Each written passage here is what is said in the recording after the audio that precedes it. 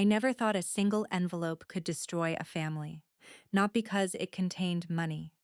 Not because it exposed a crime. But because it revealed the truth. The kind of truth people spend decades hiding. My name is Ethan Carter. I'm 34 years old now. I live in Denver, Colorado, and I own a commercial construction company.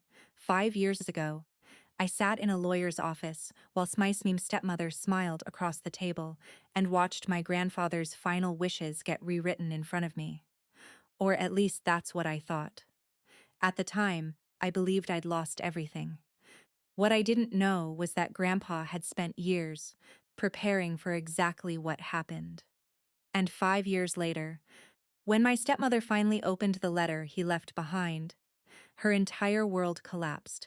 To understand how we got there, I need to go back to when I was a kid. I was 10 years old when my mother died. Cancer, 8 months from diagnosis to funeral. One day she was helping me with math homework. The next, she was too weak to get out of bed. My father, Richard Carter, changed after she died. For a while, I thought grief had broken him. Then he met Vanessa, and I realized grief wasn't the problem. Vanessa was. She came into our lives less than a year after Mom passed away. She was charming when other people were watching, cold when they weren't. The first thing she ever said to me when Dad left the room was, "Your father deserves a fresh start. Don't make things harder for him." I was 11. I didn't even know what I'd done wrong. 3 months later, they got married. 6 months after that, she moved her son, Tyler, into our house. Tyler was my age. From that moment on, there were two sets of rules. One for him, one for me. If Tyler forgot his homework, the teacher was unfair. If I forgot mine, I was irresponsible. If Tyler broke something, it was an accident. If I broke something, I got grounded. If Tyler got a B, everyone celebrated. If I got an A-. Dad asked what happened. It sounds small when I say it now, but when you're a kid, those little things become your entire reality. You start believing you're the problem. You start wondering why you're never enough. The only person who saw what was happening was my grandfather, George Carter, Dad's father. Grandpa wasn't wealthy back then. At least not compared to what he became later. He owned a small commercial roofing company. But he was the kind of man everyone respected, the kind who remembered birthdays, the kind who showed up. Every Saturday, he'd take me fishing, not because I liked fishing. Honestly, I hated it. But those mornings were the only time I felt seen. One afternoon when I was 15, he looked at me and asked, "How bad is it at home?" I remember staring at the water, trying not to cry. Then everything came out. The favoritism, the insults, the constant criticism. All of it. He listened without interrupting. When I finished, he put his hand on my shoulder and said something I'll never forget. "Ethan, some people need a scapegoat because they can't face themselves. Don't become who they say you are." At the time, I didn't fully understand. Years later, I would. Things got worse after that. Tyler became the golden child. I became the inconvenience. By 16, Vanessa was openly telling relatives I was difficult. By 17, Dad barely spoke to me unless he was criticizing something. By 18, I couldn't wait to leave. The day after graduation, I packed everything I owned into a used pickup truck. Dad shook my hand. Like I was a stranger. Vanessa barely looked up from her phone. Tyler laughed and asked if I'd be back by Christmas. I wasn't. I moved to Denver with $600 and a lot of anger. For years, I worked non-stop. Construction sites, warehouse shifts, anything I could get. Slowly, my life improved. I met my wife, Rachel, started a business, bought a house, built a life. And through all of it, Grandpa stayed in touch. Weekly phone calls, birthday cards, visits whenever he could manage. He never treated me like I was disposable. And that mattered more than he probably knew. Then came the call. I was 29. Grandpa had suffered a stroke. I flew to Ohio immediately. When I arrived at the hospital, Vanessa was already there. Acting concerned, acting devoted, acting like she'd always cared.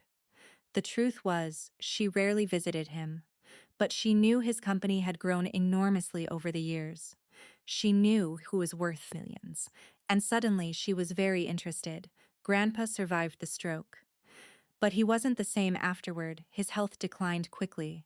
During one visit, he asked everyone to leave the room except me.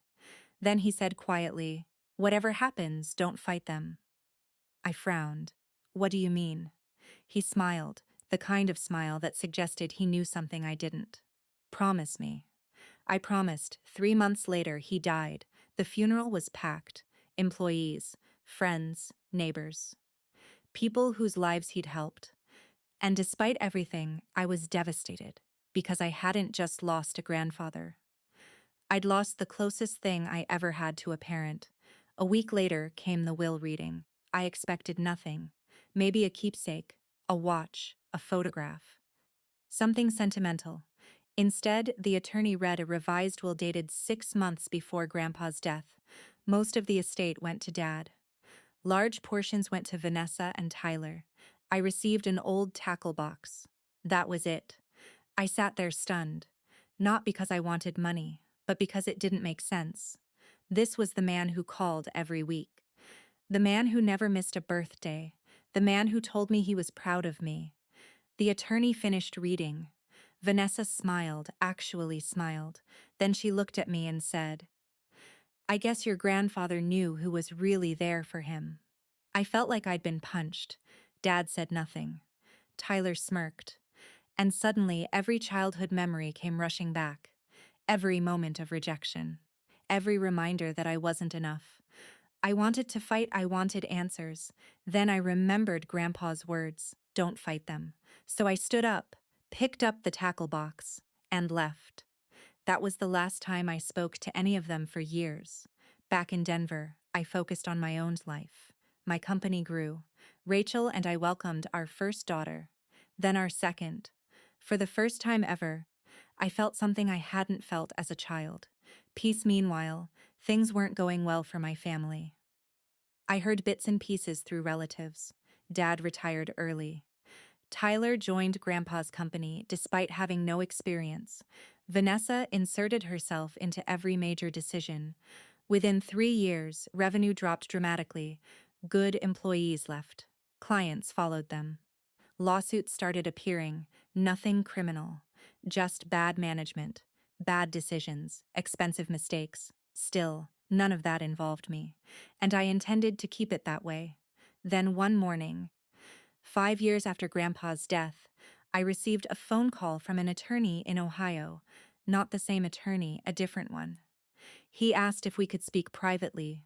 I assumed it was spam, but curiosity got the better of me. So I listened. That's when he told me something that changed everything. 2 months earlier, an elderly woman named Margaret Lewis had passed away. She had been Grandpa's executive assistant for nearly 20 years. Before her death, she instructed the attorney to deliver a package she had been safeguarding. A package addressed to me, and another addressed to Vanessa, left by Grandpa 5 years earlier. My heart started racing. The attorney explained that Grandpa had paid Margaret to hold both items until a specific date. That date had finally arrived. I flew to Ohio the next day. The package waiting for me contained a handwritten letter and copies of documents. I sat alone in the attorney's office and began reading. The first line nearly broke me.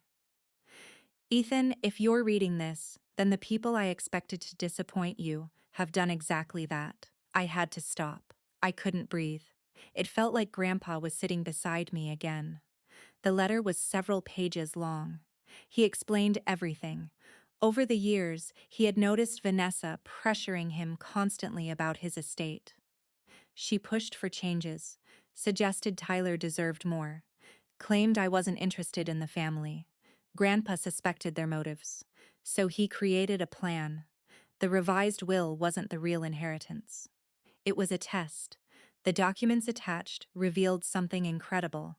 5 years before his death, Grandpa had quietly transferred ownership of valuable commercial properties into a separate trust. A trust completely outside the estate, A trust with only one beneficiary. Me, legally established, properly documented, impossible to challenge. The properties generated substantial income, and after 5 years of growth, they were worth significantly more than the entire estate Vanessa had fought over. I stared at the paperwork, speechless. Then I reached the final page. There was one more paragraph. Ethan, wealth reveals character, so does disappointment. I already knew yours. I wanted to see theirs. I cried, not because of the money, because for the first time in my life, someone had believed me completely. Someone had seen everything. At the same time, Vanessa received her package. The attorney later told me she arrived expecting another inheritance. Instead, she received a letter. One letter, nothing else. According to the attorney, she turned pale halfway through reading it. The letter detailed years of manipulation Grandpa had witnessed, conversations he'd documented, attempts to isolate him, pressure campaigns regarding his assets, and one final sentence.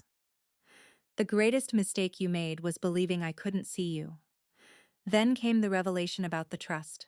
Legally, there was nothing she could do. Nothing Dad could do. Nothing Tyler could do. The properties belonged to me. Period. News spread through the family fast. Suddenly, my phone started ringing. Relatives I hadn't heard from in years reached out. Then Dad called. I didn't answer. He left a voicemail. Ethan, we need to talk. For the first time in my life, he sounded nervous. A week later, he called again. Then again. Eventually, I answered. There was a long silence. Then he said, I didn't know. I laughed, not because it was funny, because it was unbelievable. You didn't know what? About the trust. No, Dad. I mean all of it. Silence, then I continued. You didn't know Vanessa treated me differently? You didn't know Tyler got special treatment? You didn't know I spent my entire childhood trying to earn your approval? Still silence. Finally, he whispered, I should have done better. Those 6 words arrived 20 years too late.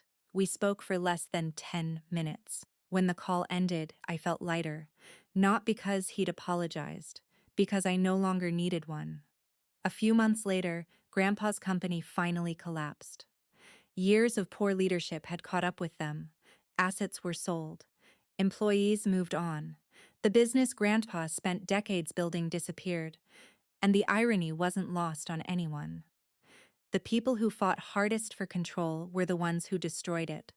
Meanwhile, the trust properties continued performing well. I used part of the income to establish scholarships for trade school students. Something Grandpa would have loved. I also funded apprenticeship programs through my company, helping young people build careers. Building something instead of tearing something down. Then came the final twist. About a year later, I learned through relatives that Tyler had discovered something shocking. Vanessa wasn't his biological father's only secret. She had hidden significant debt from everyone, including Dad. Debt accumulated over years of reckless spending. The financial pressure contributed heavily to the family's collapse. Dad eventually divorced her, not because of one lie, because of hundreds. The marriage built on appearances finally fell apart under the weight of reality. Last year, Dad asked if we could meet, in person, for the first time in nearly a decade. We met at a small diner outside Columbus. He looked older, smaller somehow. Like life had finally forced him to see himself honestly. For 2 hours, we talked, really talked. He admitted he chose the easier path. That challenging Vanessa would have created conflict. And letting me carry the burden was simpler. Hearing it hurt. But at least it was honest. Before we left, he said something unexpected. Your grandfather was right about you. I nodded, then replied, he usually was. That was it. No dramatic reconciliation, no movie ending. Just 2 men acknowledging